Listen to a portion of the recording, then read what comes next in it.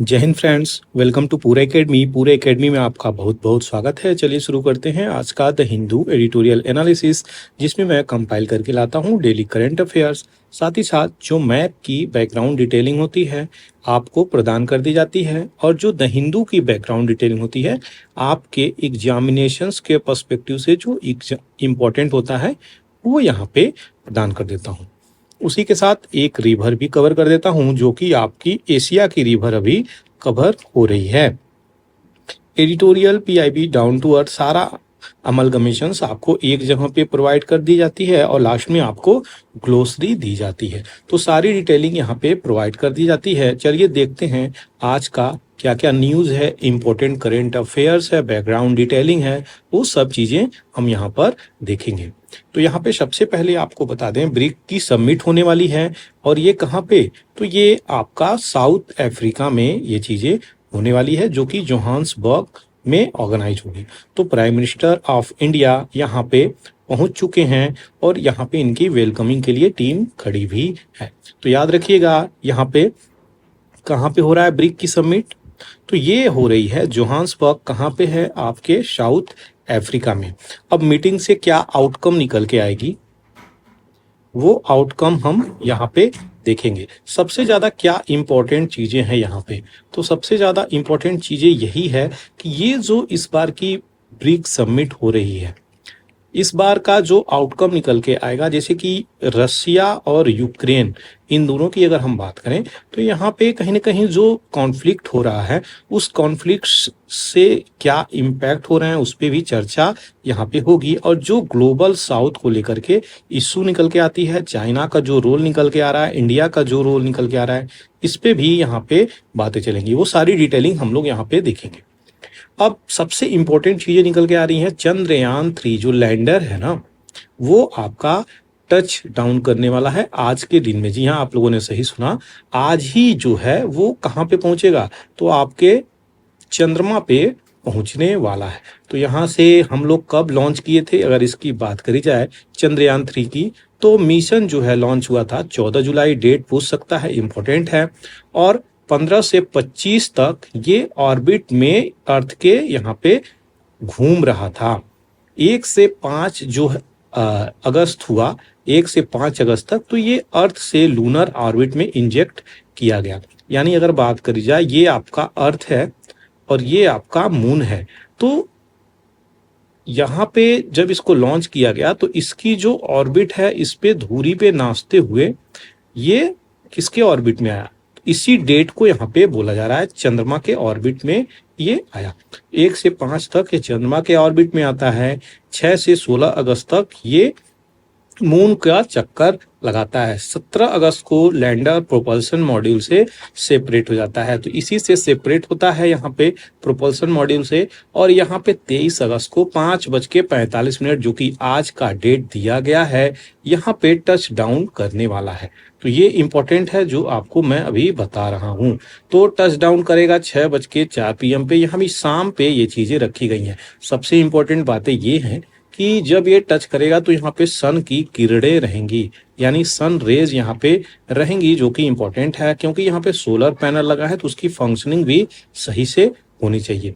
तो इसरो यहाँ पे ये चीजें हम लोगों को बताता हुआ नजर आया है। अब सारी डिटेलिंग अगर बैकग्राउंड में जाकर के थोड़ी सी देखी जाए तो ये निकल के आती है कि जो 19 मिनट होंगे ना, वो सबसे ज्यादा क्रिटिकल होंगे, सबसे ज्यादा सस्पेंसफुल होंगे कि किस प्रकार से जो आपका विक्रम है, जिसे क्या नाम दिया है, लैंडर, यही वो लैंडर है जिसे हम लोग अभी विक्रम कह रहे हैं। तो यहाँ से चीजें निकलेंगी, और जो अर्थ की ऑर्बिट से हम लोग भेजे मून की ऑर्बिट तक ये चीजें पहुंची, और मून को ये अभी चक्कर लगा रहा है। लेकिन इसकी जो बनावट है इस बार काफी अच्छी करी गई है। तो लैंडर जो है उसका नाम क्या है? विक्रम। विक्रम साराभाई के नाम पे इसका नाम विक्रम रखा गया, और रोवर जिसका नाम है प्रज्ञान। तो ये इस बार पूरा अपग्रेडेड वर्जन में यहाँ पे डाला गया है, और इसकी मिशन की लाइफ 1 लूनर डे यहाँ पे बताई जा रही है, यानी 14th अर्थ डे, जो कि ज्यादा है, कम नहीं है। तो यहाँ पे मास जो है 26 kg है, पावर 50 वाट और पेलोड इसमें 2 है।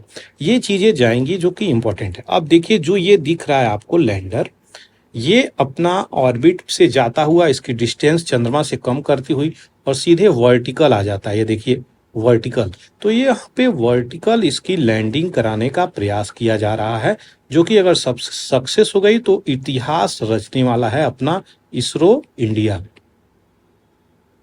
तो ये चीज़ें इंपॉर्टेंट है आपको जानना। तो यहाँ पे यही चीज़ें करी जा रही हैं जो कि कौन से रॉकेट से भेजा गया लॉन्च व्हीकल से यहाँ पे, तो LVM-3M4 से यहाँ पे भेजा गया है, जो 14 जुलाई को यहाँ पे चीज़ें हैं। तो चंद्रयान-3 स्पेसक्राफ्ट ये चीज़ें भेजी गई। अभी रिसेंटली जो है रसिया भी लूना 25 भेजा, लेकिन इसमें कुछ ग्लिचेज आ गए, कुछ प्रॉब्लम आ गए, जिसकी वजह से ये कनेक्टिविटी फेलियर हो गई। तो ये सारी डिटेलिंग थी जो आपके साथ मुझे शेयर करनी थी। अच्छा, यहाँ पे क्या टफ टास्क है कि यहाँ पे क्या सॉफ्ट लैंडिंग हो जाए अगर, तो ये सबसे ज़्यादा अचीवमेंट मानी जाएगी, क्योंकि पिछली बार जो चंद्रयान-2 था उसकी सॉफ्ट लैंडिंग ही तो हम लोग नहीं करा पाए थे, जिसके कारण ये सारी चीज़ें फेलियर हो गई थी। अब हम लोग यहाँ पर देखेंगे कि किस प्रकार से चीज़ें चल रही हैं और किस प्रकार से हम लोग आगे बढ़ रहे हैं। थोड़ी सी अगर डिटेलिंग यहाँ पर देखा जाए जो कि इम्पोर्टेंट है, तो केवल 3 कंट्री ऐसी हैं जो सॉफ्ट लैंडिंग यहाँ पे रोबोटिक लैंडर की करी हैं। उसमें कौन कौन आता है? यूएसए, रसिया, चाइना, 3 कंट्री आती हैं। भारत भी इसमें जुड़ सकता है। आज का दिन सबसे ज्यादा बेहद इंपॉर्टेंट हो जाता है भारत के पॉइंट ऑफ व्यू से। 19 मिनट का सस्पेंशन जो आपको बताया, ये देख सकते हैं इंटीग्रेटेड मॉड्यूल फेज किस प्रकार से यहाँ पे अपने अर्थ ऑर्बिट में इंजेक्ट हुआ, उसके बाद से यहाँ पे लूनर ऑर्बिट में इंसर्ट हुआ। यानी लूनर को हम चंद्रमा बोल रहे हैं, अर्थ ऑर्बिट में यहाँ पे जो आपका प्रोपल्सन मॉड्यूल और लैंडर कैसे यहाँ पे चक्कर लगा रहा है पृथ्वी की, हम लोग देख सकते हैं। तो इसके बाद ये सीधे आ जाता है कहाँ पे? ये सीधे आ जाता है आपका मून पे, और धीरे धीरे देखिए मून की डिस्टेंस यहाँ पे कम होती हुई चली जाती हैं। अब ये वाले लाइन में आ गया है, यानी लगभग 50 किलोमीटर या फिर 100 किलोमीटर के आसपास आ गया है। तो आज लगभग 4 से 5 बजे तक ये 30-35 किलोमीटर की रेंज तक आ जाएगा, चंद्रमा के नजदीक तक, जिसके कारण ये चीजें होंगी। 22 अक्टूबर 2008 को चंद्रयान-1 भेजा गया, जो कि इम्पोर्टेंट है आपको। ये भी बहुत हद तक सक्सेसफुल रहा और वाटर को कंफर्मेशन किया था कि ये चंद्रमा पे जल की मौजूदगी है। चंद्रयान-2 जो 22 जुलाई 2019 को भेजा गया, ये अपना साउथ पोल को एक्सप्लोर करने के लिए भेजा गया। लेकिन अभी तक चीजें यहाँ पे सफल ये तो हुई, लेकिन कंप्लीट सक्सेसफुल नहीं हो पाई, क्योंकि हम लोगों का लैंडर यहाँ पे हार्ड लैंडिंग किया था। हार्ड लैंडिंग क्या होता है? यहाँ से ऊपर वेलोसिटी जो थी उसकी कंट्रोल नहीं करी जा सकी, जिसके कारण वहाँ पे टूट के वो चीजें बिखर गई, यानी लैंडिंग करने के बाद वो टूट के बिखर गई। इस बार क्या किया गया है? इस बार लैंडर के पहियों को और ज़्यादा स्ट्रॉन्ग बनाया गया है, और ज़्यादा लेयर उसमें डाली गई है, और सोलर पैनल की भी मौजूदगी उसमें ज़्यादा करी गई है, और अपग्रेडेड वर्जन में इक्विपमेंट लगाए गए हैं। तो ये सारी चीज़ें इंपॉर्टेंट है जो आपको पता होना चाहिए। अपग्रेडेड किया गया है लैंडर को, जैसा कि मैं बता रहा था। चंद्रयान-3 में यहाँ पे देख सकते हैं सोलर पैनल है, और इसी में से ये जब लैंड करेगा तो ये बहुत इंपॉर्टेंट है बातें कि ये सेफली लैंड करे, और सबसे ज़्यादा इंपॉर्टेंट क्या है, यहाँ पे प्लेन एरिया पे लैंड करे। आपको पता ही होगा चंद्रमा पे छोटे छोटे यहाँ पे जो दाग दिखते हैं ना, दाग, ये दाग नहीं है, ये बड़े बड़े क्रेटर हैं। क्रेटर क्या होते हैं? मान लीजिए जो वॉल्केनो है, मान लीजिए 50 किलोमीटर का ये वॉल्केनो है, फटा और जमीन के अंदर धंस गया चंद्रमा पे, तो ये क्रेटर बन जाएंगे। दूसरा क्या, जो उल्का पिंड है बड़े बड़े, वो चंद्रमा से टकराएंगे तो भी यहाँ पे गड्ढे हो जाएंगे। तो ये नासा यही बात कहती है, क्लेम, कि यहाँ पे जो फॉर्मेशन हुई है क्रेटर की, वो 2 कारणों से हो सकती है। तो यहाँ पे एक एक क्रेटर की जो लेंथ और ब्रीथ मापी गई है, तो आपको बता दें कोई 300-300 किलोमीटर तक लंबे चौड़े हो सकते हैं। और यहाँ पे क्या बातें बोली गई हैं, कम से कम अगर इनकी डेप्थ की बातें बोली जा रही हैं, तो ये डेप्थ जो है वो आपका कई कई ऐसे इसमें माउंटेन भी आ सकते हैं, इतने ज़्यादा इसमें गहरे हैं। तो हिमालय तो पर्वत ऐसे ही इसमें समा सकता है। तो इसको सही जगह पे हम लोग लैंडिंग कराने के लिए सोच रहे हैं, जो कि इम्पोर्टेंट और टफ टास्क भी है। भारत देखते हैं इसमें कितना हद तक सफल होगा। जब लैंडिंग होगी तो यहाँ पे सनराइज निकला होगा, ये भी एक इम्पोर्टेंट है। सोलर पैनल सही से कार्य करता हुआ नजर आएगा, जो कि इम्पोर्टेंट है, आपको बता रहा हूँ। यहाँ पे सबसे ज्यादा क्या इम्पोर्टेंट है कि हम लोग लैंडिंग अपनी प्लेस कहाँ पे, आपको टाइमिंग तो बता दिया मैं कितने बजे के आसपास, लेकिन प्लेस आपको बताने जा रहा हूँ कहाँ पे हम लोग लैंड करेंगे। तो अगर ये अपना चंद्रमा है तो ये हो गया नॉर्थ पोल और ये हो गया आपका साउथ पोल। तो हम लोग साउथ पोल को टारगेट किए हैं। आपको बता दें, चंद्रमा अपने एक्सिस पे, अर्थ अपने एक्सिस पे दोनों घूमती है, लेकिन लगभग लगभग दोनों की जो घूमने की टाइम है ना, जो रिवोल्यूशन को कंप्लीट करने की टाइम है, लगभग सेम है।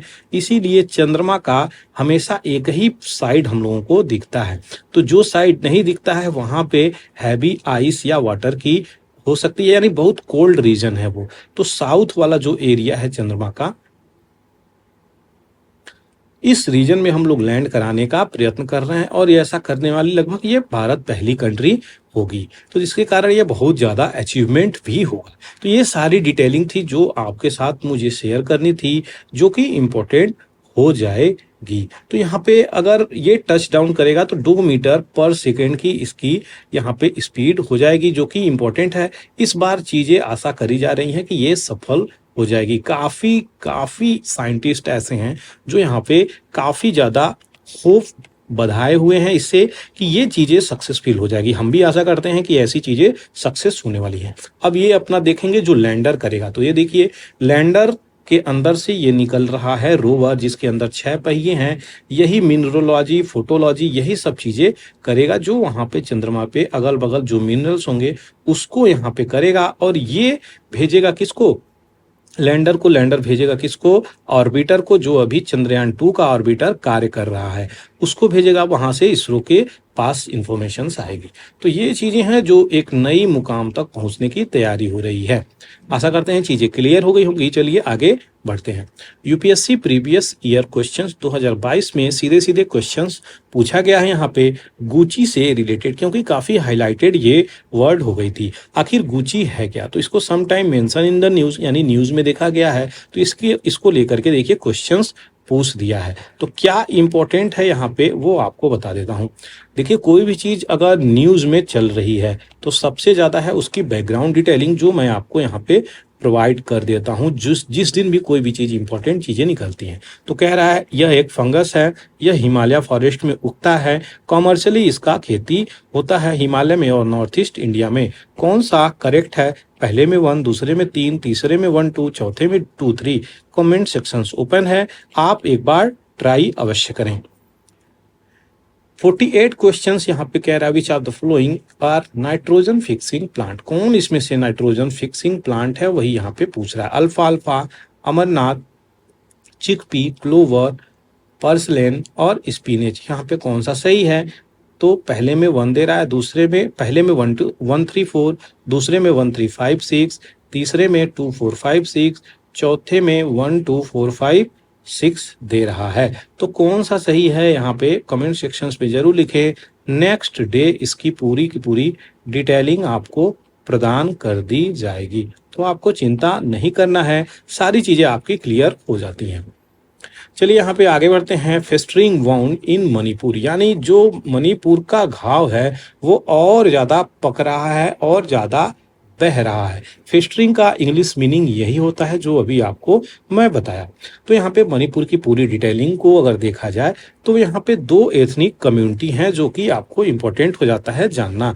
क्या है यहाँ पे, तो एक है कुकी प्लस दूसरी है मितई। इन दोनों ट्राइब में यहाँ पे एथनिक वायलेंस इरप्ट आउट हो चुकी हैं आपके मणिपुर में।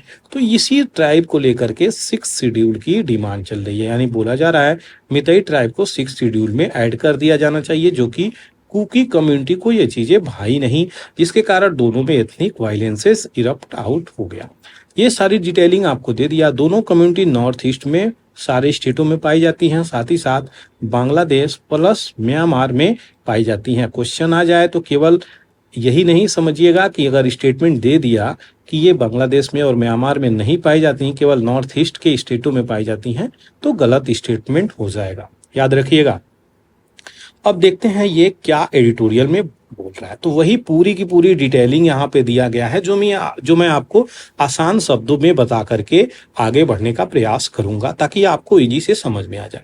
3-4 महीनों से आपको बता दें वहाँ पे एथनिक वायलेंस चल रहा है मणिपुर में, लेकिन रुकने का नाम नहीं ले रहा है, क्योंकि वहाँ पे जो है ना पॉलिटिकल विल पावर की कमियां निकल के आ रही हैं। तो वहाँ पे जो विल पावर है, पॉलिटिकल विल पावर, जो एक पॉलिटिक्स वहाँ पे बात करी जा रही है कि किस प्रकार से उस चीज को और एग्रावेट किया जा रहा है।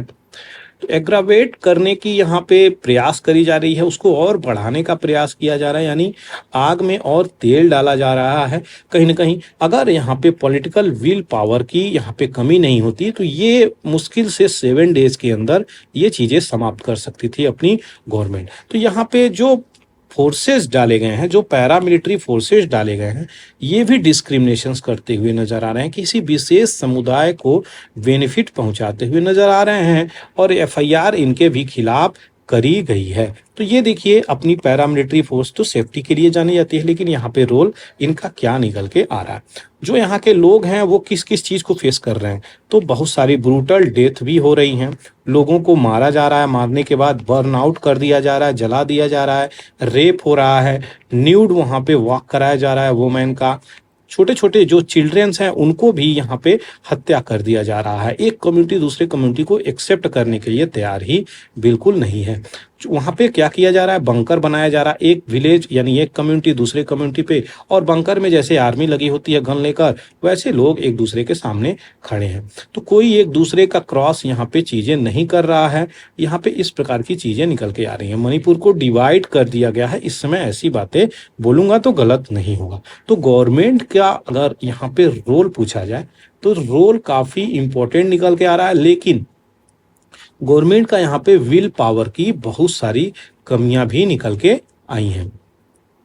तो जो अभी मणिपुर का इंसिडेंट चल रहा है, कुकी मितई के बीच में ये सारी चीजें आपको बताया, तो एन वीरेन सिंह को एक विशेष कम्युनिटी सपोर्ट भी कर रही है। क्या नाम है उस कम्युनिटी का, तो ये मितई कम्युनिटी कह रही है कि ये अभी रूल में रहने चाहिए। वहीं पे कुकी जो कम्युनिटी इसी के अपोजिशंस में डिमांड कर रही है, यानी इनको रिजाइन करना चाहिए, यहाँ पे ऐसी चीजें बोल रही हैं। तो कहीं ना कहीं सेक्टेरियन पॉलिसी यहाँ पे चल रही है, जो एक कम्युनिटी को लाभ दिया जा रहा है, दूसरे कम्युनिटी को टारगेट किया जा रहा है, ऐसी चीजें बोल रहे हैं। तो सेपरेट एडमिनिस्ट्रेशंस यहाँ पे कहीं ना कहीं चल रहा है, जो कि ethnic identity of the state यहाँ पे चल रहा है। बहुत ही फ्रेजाइल कंडीशंस में सिचुएशंस हो गई, बहुत सारे सिविल सोसाइटी भी एक्टिविस्ट यहाँ पे आए, लेकिन उस हद तक डिफरेंसेस ला नहीं पाए। तो यहाँ पे जो अपोजिशंस है ना, अपोजिशंस का भी रोल, अकाउंटेबिलिटी सही प्रकार से नहीं चली हमारे लोकसभा में। यहाँ पे ऐसी बातें बोली जा रही है, जहाँ पे बात करी जा रही है लोकसभा की, तो लोकसभा में यहाँ पे हर पार्टी अपने अपने फायदे के लिए यहाँ पे उंगली उठा रहे हैं, ऐसी बातें एडिटर बोलते हुए नजर आ रहे हैं। मणिपुर बहुत वाइटल स्टेट है, क्यों, क्योंकि ये जो बॉर्डर टच करती है मणिपुर किससे, तो आपके म्यांमार से बॉर्डर टच करती है। तो ये इंपॉर्टेंट हो जाती है, म्यांमार से बॉर्डर टच करती है, और इंटरनेशनल बॉर्डर होने के नाते कई सारे ग्रुप जो हैं उसी फॉरेस्ट में यहाँ पे म्यांमार को चले जा रहे हैं। तो यहाँ पे कई सारे लोग फॉरेस्ट में जाके जिंदगी यापन कर रहे हैं, 200-400 लोग तो फॉरेस्ट में जाकर जिंदगी यापन कर रहे हैं, उसी फॉरेस्ट में खो भी गए हैं। तो ये एक ग्रुप दूसरे ग्रुप की लड़ाई में लोग बचने का प्रयास कर रहे हैं और जंगल में शरण लेते हुए भी नजर आए हैं। तो ये सारी डिटेलिंग थी, आशा करते हैं चीजें आपको समझ में आई होगी। अब चलिए थोड़ा मणिपुर की देख लें। तो ये आपका म्यांमार, जिसे हम बर्मा बोल रहे हैं, ये अपना मणिपुर और उसकी कैपिटल इम्फाल हो गई। ये सारी चीजें आपको फिजिकल मैप में यहाँ पे देखने को मिल रहा है। दूसरा जो इम्पोर्टेंट एडिटोरियल है, यहाँ पे क्रेडिट फ्लो बहुत आराम से थोड़ा बहुत चल रहा है, यानी उसी की डिटेलिंग यहाँ पे दी जा रही है। जो क्रेडिट होती है, लोन फैसिलिटीज होती है, वो किस प्रकार से यहाँ पे प्रोवाइड करी जा रही है कि उसमें थोड़ी सी इजीनेस लेके आया जा रहा है। रिजर्व बैंक ऑफ इंडिया, जो कि इसकी बैकग्राउंड डिटेलिंग मैं दे दूंगा, घबराने की जरूरत नहीं है। यहाँ पे जो भी पब्लिक टेक प्लेटफॉर्म है उसमें क्या कह रहा है कि आप फ्रिक्शन लेस क्रेडिट करें, यानी सीधे सीधे बोली जा रही है कि लोन की फैसिलिटी फैसिलिटी जो मार्जिनल सेक्शंस ऑफ सोसाइटी है उसको प्रोवाइड करी जाए, ताकि मार्केट में क्या चीज़ें आए, मार्केट में जो चीज़ें बनी रहें जैसे क्रेडिट की सिस्टम वो बनी रहे, ताकि लोग एक्सपेंडिचर पे ध्यान दें। अगर लोग एक्सपेंडिचर पे ध्यान ही नहीं देंगे तो मार्केट क्या हो जाएगा, स्टेबल मार्केट हो जाएगा। तो यहाँ पे स्टैगफ्लेशन हो जाएगा, जिसके कारण ये चीज़ें चल रही हैं। अभी अगर बात करी जाए तो मार्केट में इन्फ्लेशन है, जिसके कारण यहाँ पे क्या चीज़ें चल रही हैं, इन्फ्लेशन है तो सारी चीज़ों के दाम बढ़ते हुए भी नज़र आ रहे हैं।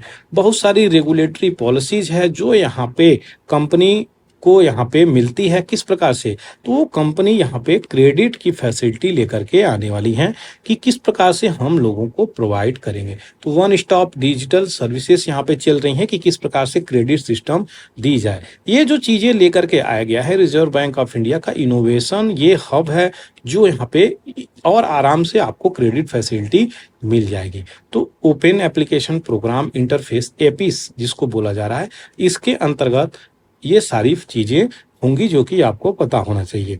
साथ ही साथ अगर बात करी जा रही है तो वैलिडेट और टेक्नोलॉजी की जो यूटिलिटी है, उपयोगिता है, ये और बढ़ा देगी। इस प्लेटफॉर्म पे अगर बात करी जा रही है किसान क्रेडिट कार्ड लोन की, तो 1.6 लाख पर बरोवर, यानी एक व्यक्ति को यहाँ पे 1.6 लाख के आसपास बोरो करने की चीज़ें हैं। डेयरी हो गई, फार्मर हो गई, क्रेडिट हो गई, एमएसएमई सेक्शंस हो गए, ये सारे के सारे जो मीडियम स्मॉल और medium marginal small medium enterprises हैं, इन सब चीज़ों में माइक्रो, इन सब चीज़ों में जो है वो बातें करी जा रही हैं कि किस प्रकार से लोनिंग कराई जाएगी और गवर्नमेंट यहाँ पे सपोर्ट, गवर्नमेंट स्टेट सेंट्रल ये सब सपोर्ट प्रोवाइड करती हुई नजर आएंगी। अच्छा, अब यहाँ पे बात निकल के आ रही है फार्मर्स की। तो मार्जिनल फार्मर्स किसे कहेंगे, जिसके पास लेस देन 1 हेक्टेयर लैंड हो उसे मार्जिनल फार्मर बोलेंगे। क्वेश्चंस यहाँ से कई बार आया है, ऐसा बिल्कुल भी नहीं है कि क्वेश्चंस यहाँ से नहीं आया, बहुत सारे क्वेश्चंस आए हैं। यहाँ पे स्मॉल फार्मर की 1 से 2 एकड़ तक चीज़ें हो जाती हैं, सेमी मीडियम फार्मर 2 से 4 हो जाते हैं, मीडियम फार्मर 2 से 10 हो जाते हैं, और यहाँ पे मीडियम फार्मर यहाँ पे 4 से 10 हो जाते हैं, जो कि दोनों एक ही है मीडियम फार्मर। और लार्ज फार्मर की बात करी जाए तो यहाँ पे 10 हेक्टेयर्स और एबव अगर हो तो लार्ज फार्मर की कैटेगरी में आ जाते हैं। अब यहाँ पे बात करी जा रही है आरबीआई की बैकग्राउंड डिटेलिंग की। तो यह एक RBI reserve bank of India जो कि सेंट्रल बैंक के नाम से जाना जाता है, यह रेगुलेटरी बॉडी है, यानी रेगुलेट करता है, कंट्रोल करता है, और जिम्मेदार भी इसी की होती है, जिम्मेदारी भी। तो ये रेगुलेट करेगा किस प्रकार से, जो भारतीय बैंक हैं उन सिस्टम को यहाँ पे रेगुलेट करता हुआ नजर आता है। मिनिस्ट्री ऑफ फिनांस के अंतर्गत ये चीज़ें आती हैं। 4 रीजनल रिप्रेजेंटेशन है, दिल्ली, चेन्नई, कोलकाता, मुंबई, 21 ब्रांचेज इसके सिटी ऑफ द स्टेट में है। ये अभी आपको बताया कि ये रिस्पॉन्सिबल है कंट्रोल करने के लिए, और किस प्रकार से जो सप्लाई होगी इंडियन रुपी, भारतीय रुपी की, वो ये रेगुलेट करता है, मैनेज करता है कंट्री का जो पेमेंट सिस्टम है किस प्रकार से यहाँ पे चलेगा। दूसरी चीज़ें क्या इंपॉर्टेंट है यहाँ पे, तो ये शुरू हुआ था कब, 1 अप्रैल 1935 को, जब रिजर्व बैंक ऑफ इंडिया 1934 आया था। तो 1934 में आया था और 1935 1 अप्रैल को ये शुरुआत हुई थी, कमेंसमेंट हुई थी। ऑसबॉर्न स्मिथ पहले इसके गवर्नर रहे हैं।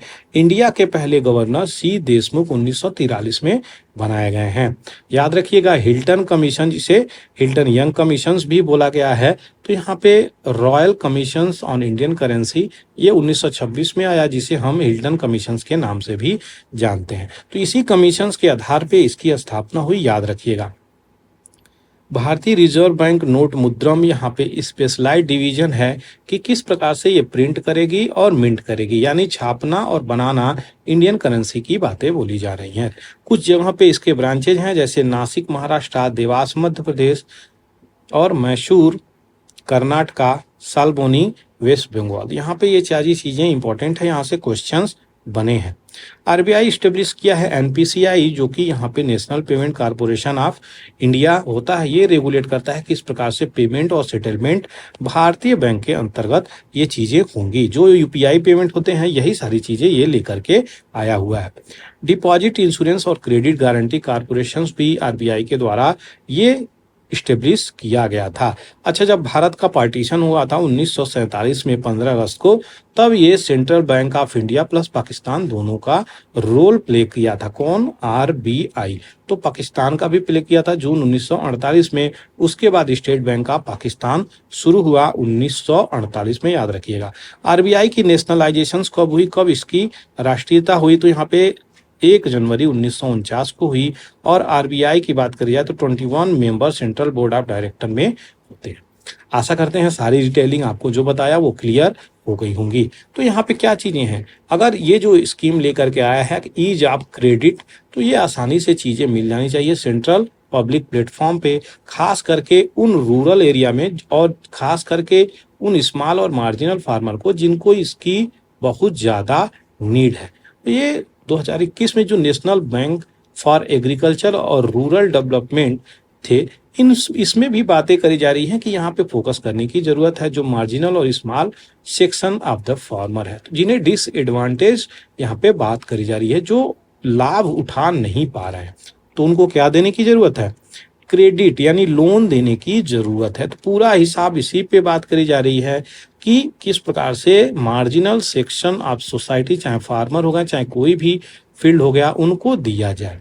तो क्या ये चीजें निकल के आ रही हैं? Large majority of rural borrower यहाँ पे निकलेंगे और यहाँ पे इनफॉर्मल सोर्सेज जो यहाँ पे दी जा रही है, जैसे मनी लेंडर, पहले मनी लेंडर से अगर उधारी ली जा रही है तो वो high taxes, high interest rate लेता था। तो यहाँ पे चीजें एक निश्चित करी जाएंगी जिसके कारण इस प्लेटफॉर्म, डिजिटल प्लेटफॉर्म पे ये चीजें शुरू हो जाएंगी। तो जो फॉर्मल क्रेडिट फैसिलिटी यहाँ पे देगा वो कहीं ना कहीं सपोर्ट करता हुआ नजर आएगा। एक बहुत बड़ा यहाँ पे सपोर्ट हो जाएगा, फाइनेंशियल सपोर्ट। किसके लिए? मार्जिनल सेक्शन ऑफ सोसाइटी के लिए। तो आशा करते हैं चीजें समझ में आई होंगी जो आपको यहाँ पे बताया। चलिए जो देखा जाए 8 section 4 representation of people act 1951, एक 1950 भी है, याद रखिएगा। ये इलेक्शन पर्सपेक्टिव से है, ये रिप्रेजेंटेशन पर्सपेक्टिव से है। तो ये दोनों में बहुत ज्यादा डिफरेंसेज हैं, दोनों में अंतर भी है। कई सारे लोग दोनों को एक ही मान लेते हैं, तो याद रखिएगा दोनों में अलग अलग चीजें हैं। यहाँ पे क्या चीजें हैं? तो राहुल गांधी की जो अभी सदस्यता गई थी उसी को लेकर के जो 2019 के इलेक्शंस में उन्होंने मोदी सरनेम बता के हुआ था कि सारे मोदी ही क्यों पैसे लेकर भाग रहे हैं, सादे मोदी ही क्यों चोर निकल के आ रहे हैं। तो मोदी सरनेम केवल नरेंद्र मोदी जी का नहीं है, मोदी सरनेम लगभग 8-9 करोड़ लोगों का है। बहुत सारे लोग मोदी सरनेम लगाते हैं। तो इसी डिफेमेशन इसमें केस लगी हुई थी, जिसके कारण अभी सुप्रीम कोर्ट के अंतर्गत उनको क्या रखा, उनको बरी कर दिया गया है। लेकिन कन्विक्शन से वो नहीं बचे हैं, ये भी याद रखिएगा, अभी उनको बरी कर दिया गया है। तो यही सुप्रीम कोर्ट यहाँ पे क्या बोल रहा है, डिस्क्वालिफिकेशंस जो बोल रहा है। सुप्रीम कोर्ट यहाँ पे जजमेंट दिया है lily Thomas versus union of India 2013 में। इसके आधार में यहाँ पे चीजें चलनी थी, लेकिन यहाँ पे बहुत सारा लूप होल्स भी सुप्रीम कोर्ट का निकल के आया है, वो भी चीजें आपसे डिस्कस करेंगे।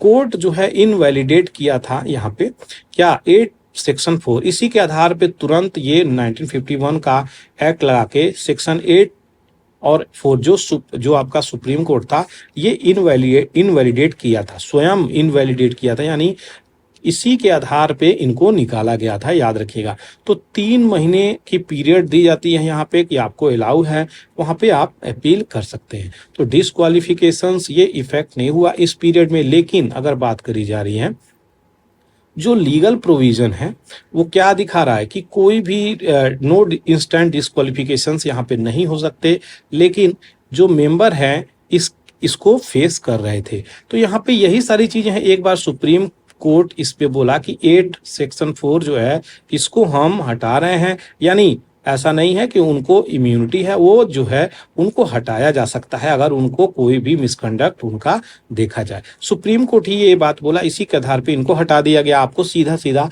आसान शब्दों में मैं समझा रहा हूं। तो यहाँ पे क्या चीजें बोला कोर्ट, बाद में यहाँ पे ये कह रहा कि 102 जो आर्टिकल है ना 102, ये जो है does not create any difference between sitting member और कैंडिडेट, यहाँ पे इनके बीच में कोई अंतर नहीं करता है। तो यहाँ पे डिसक्वालिफाइड जो हो जाते हैं इसी के अंतर्गत इसको हटाने के बाद ये चीजें आ जाते हैं। तो पार्लियामेंट यहाँ पे पार्लियामेंट को कोई पावर नहीं है कि वो एग्जेम्पशंस दे दे सिटिंग मेंबर को। यहाँ पे 3 महीने के लिए यहाँ पे ऐसी बातें बोल रहे हैं। सेक्शंस 8(4) ये अल्ट्रा वायर है कॉन्स्टिट्यूशंस के अंतर्गत जो डाली गई थी यहाँ पे। फ्रेंड्स, ये मेरा चैनल है, अगर आपको वीडियो अच्छा लग रहा हो तो इसको लाइक शेयर सब्सक्राइब करना बिल्कुल भी नहीं भूलें। चलिए आगे बढ़ते हैं। तो ये जो सुप्रीम कोर्ट है इसको एक्सेप्ट ही नहीं किया और प्रपोजिशंस क्या दिया, lily Thomas in consumer education research union of India 2009 में। तो यहाँ पे 3 जज की बेंच बैठी थी। इसमें ये डिक्लेयर करता है कि जो प्रेसिडेंट है आर्टिकल 103 के अंतर्गत जो सिटिंग मेंबर हैं उनको डिस्क्वालीफाई करने की यहाँ पे आवश्यकता है। तो यहाँ पे ये चीजें इनको दी जाती है प्रेसिडेंट को, जो कि आपको पता होना चाहिए।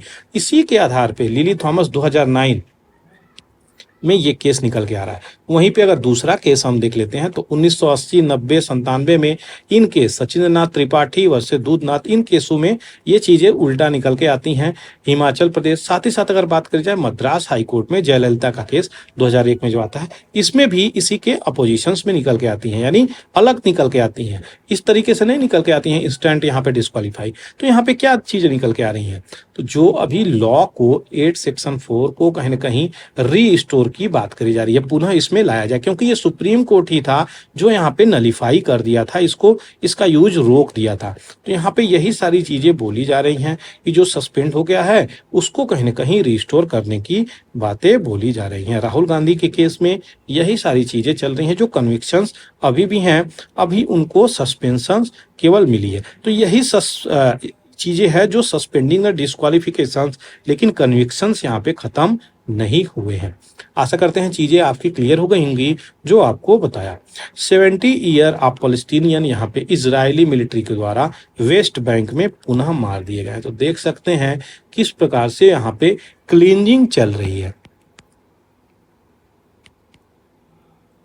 तो यहाँ पे क्लींजिंग चल रही है जो कि इजराइल और पैलेस्टीनियन में फाइट भी हो रही है। दोनों यहाँ पे इजराइल की आर्मी, पैलेस्टीनियन की यहाँ पे मिलिट्री ग्रुप जो यहाँ पे बन के आई है।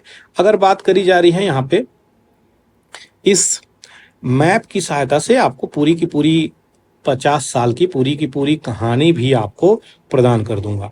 ये आपका इजराइल है जो आप देख सकते हैं, ये पैलेस्टीनियन ग्रुप है जो येलो में दिख रहा है। यहाँ पे ये अब इसी रेसिडेंस के अंतर्गत ये यहाँ पे रहते हैं, यानी इनका एरिया छोटा सा ये दे दिया गया है, बाकी ये एरिया पैलेस्टीनियन को दे दिया गया है।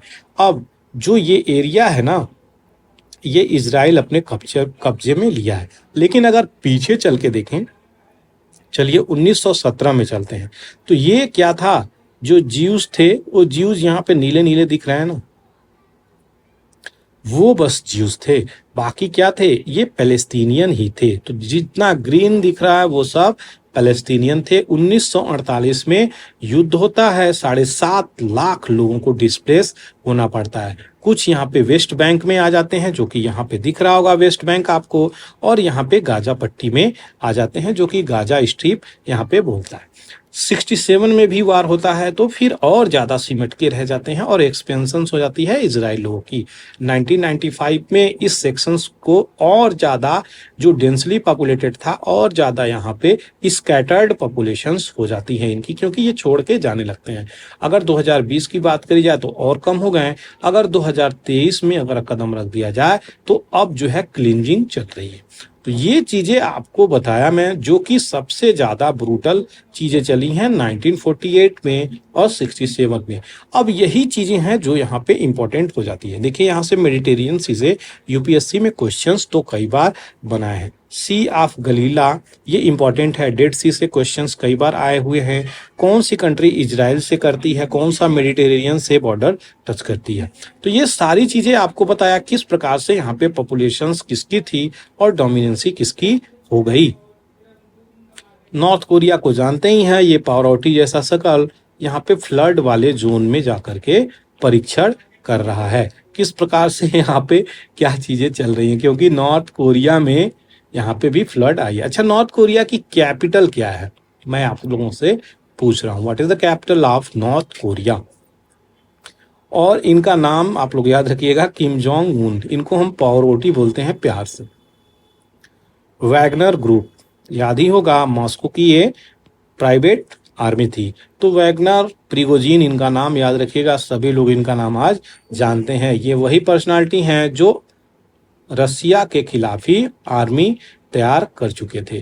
तो ये प्राइवेट आर्मी थी, लगभग 50,000 के आसपास इनके पास आर्मी है जो इम्पोर्टेंट है। अब यहाँ पे कहाँ पे चले गए, ये बोल रहे हैं कि हम अफ्रीका में चल रहे हैं उन लोगों को आज़ाद कराने। तो ये येवजीन प्रिगोजिन यहाँ पे अफ्रीका में पहुंचे हैं और यहाँ पे देखते हैं किस प्रकार से चीजें जो भी कॉलोनाइजर हैं उसको ये डील करते हुए नजर आ रहे हैं। चाइना रिसर्च शिप रिक्वेस्ट किया है डॉक करने के लिए यहाँ पे श्रीलंका में। अभी भी डेट डिसाइड नहीं है तो यहाँ पे फिर भी रिक्वेस्ट मार दिया है। देखते हैं क्या जाकर के यहाँ पे रिसर्च करता है। थाई पार्लियामेंट जो है इलेक्ट किया है श्रेष्ठा थैविजम।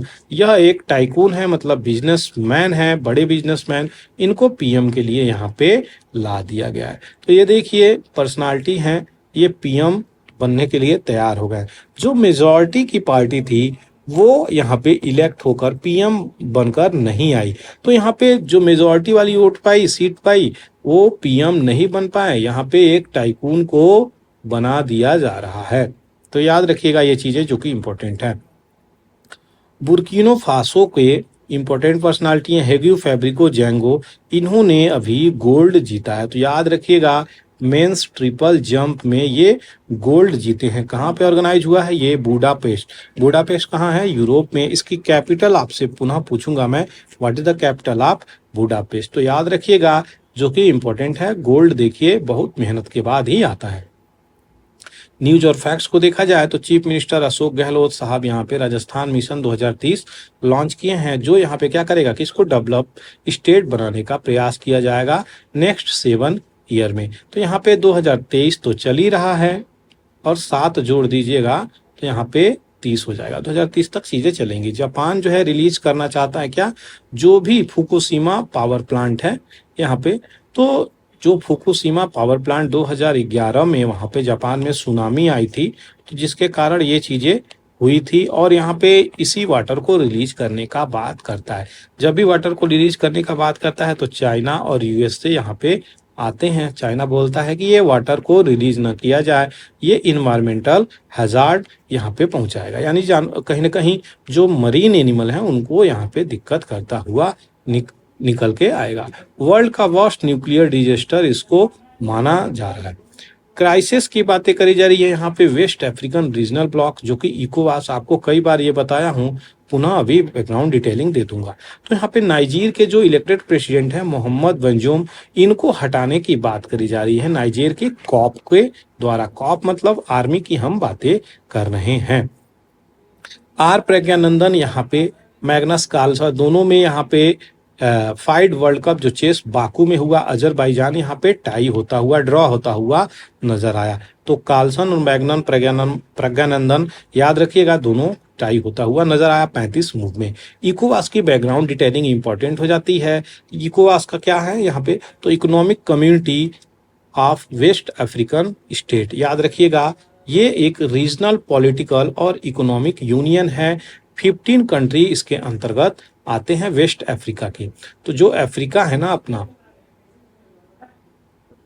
तो ये वेस्ट कंट्री, यहाँ पे जो वेस्ट कंट्री है वही वेस्ट कंट्री आते हैं।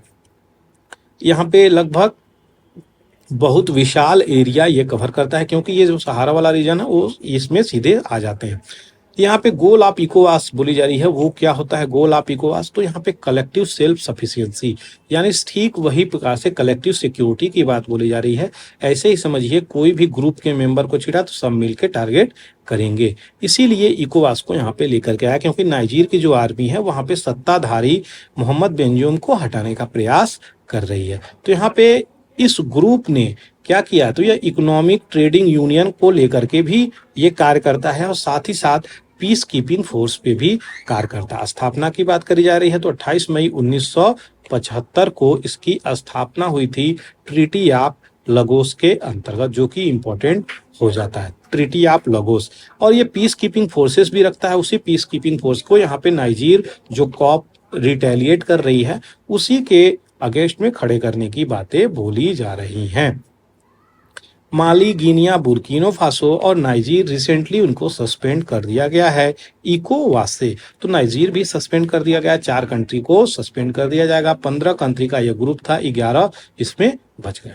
आशा करते हैं चीजें समझ में आ रही होंगी। चलिए एक रिवर कवर करते हैं एशिया की, तो आमूर रिवर, ये वर्ल्ड की 10th लॉन्गेस्ट रिवर है जो बाउंड्री फॉर्म करती है रसिया से और चाइना से। तो ये इंपॉर्टेंट है, 2824 किलोमीटर तक डिस्टेंस कवर करती है। इसमें लार्जेस्ट फिश स्पीसीज भी पाई जाती है जो कि नाम कलूगा उसका नाम है। तो ये 5.5 मीटर के आसपास तक लंबी ये मछली होती है, कलूगा मछली, याद रखिएगा इसी रिवर में पाई जाती है। रिवर कहाँ से निकलता है? तो ये western part of north east China. तो अगर ये आपका चाइना है तो नॉर्थ ईस्ट चाइना कौन सा हो गया? ये वाला पार्ट नॉर्थ ईस्ट चाइना है। और कॉन्फ्लुएंस यानी जाकर के मिल जाती है 2 मेजर एफ्लुएंट सिल्का और आर्गुन में। डिस्चार्ज करती है तारतरी स्टेट में, जो कि इंपॉर्टेंट हो जाता है, क्वेश्चन यहाँ से बना है। और ये ओखोत्स्क सी के आसपास। अच्छा, मैप की चीजें थोड़ी सी इस नदी की देखनी इंपॉर्टेंट हो जाती है, कहाँ से निकलती है और कहाँ मिल जाती है। इसी तारतरी स्टेट की हम बात कर रहे हैं। साकलिन, ये भी इंपॉर्टेंट है, न्यूज में रहा है। ओखोत्स्क सी आप देख ही सकते हैं, सी ऑफ जापान आपके पास है। अब ये रिवर निकल कहाँ से रही है और जा कहाँ रही है? तो यहाँ पे देख सकते हैं आप, ये नॉर्थ ईस्ट वाले रीजन से चाइना के निकल रही है, जो कि यहाँ पे क्या 2 रिवर मैं आपसे बोला था, एक अर्गुन दूसरा सिल्का, दोनों आकर के यहाँ पे मिलती हैं। और ये वही रिवर है जो आमूर रिवर बन करके यहाँ पे इस स्ट्रेट ऑफ तारतरी में आ जाती है। तो स्ट्रेट ऑफ तारतरी किसके किसके बीच है? साकलिन और रसिया के यहाँ पे बीच है, जो कि इंपॉर्टेंट हो जाता है। ये रिवर 2 कंट्री को कवर करती है, रसिया एंड चाइना। आशा करते हैं सारी डिटेलिंग जो आपको दिया यहाँ पे बैकग्राउंड वो क्लियर हो गया होगा। चलिए ग्लॉसरी को देख लेते हैं। फेस्टर, जो अभी आपको एक वर्ड बताया, पकाओ, पीप, बहना, इसका मतलब होता है। सिनोनिम्स की अगर बात करी जाए तो यहाँ पे सपुरेट, बिकम सेफ्टी, फॉर्म पस, सीक्रेट पस, डिस्चार्ज। यहीं पे एंटोनिम्स की अगर बात करें तो हीलिंग, मेंड, इम्प्रूव, ये चीजें हो जाती हैं। आशा करते हैं चीजें जो आपको यहाँ पे बताई गई हैं वो क्लियर हो गई होंगी। कोई डाउट, कोई क्वेश्चंस आप कमेंट सेक्शंस में लिख सकते हैं। अगर आपको अच्छा लगा हो तो चैनल को सब्सक्राइब करना बिल्कुल भी नहीं भूलें। Thank you for watching the Hindu editorial analysis bye पूरा एकेडमी। जय हिंद, जय भारत।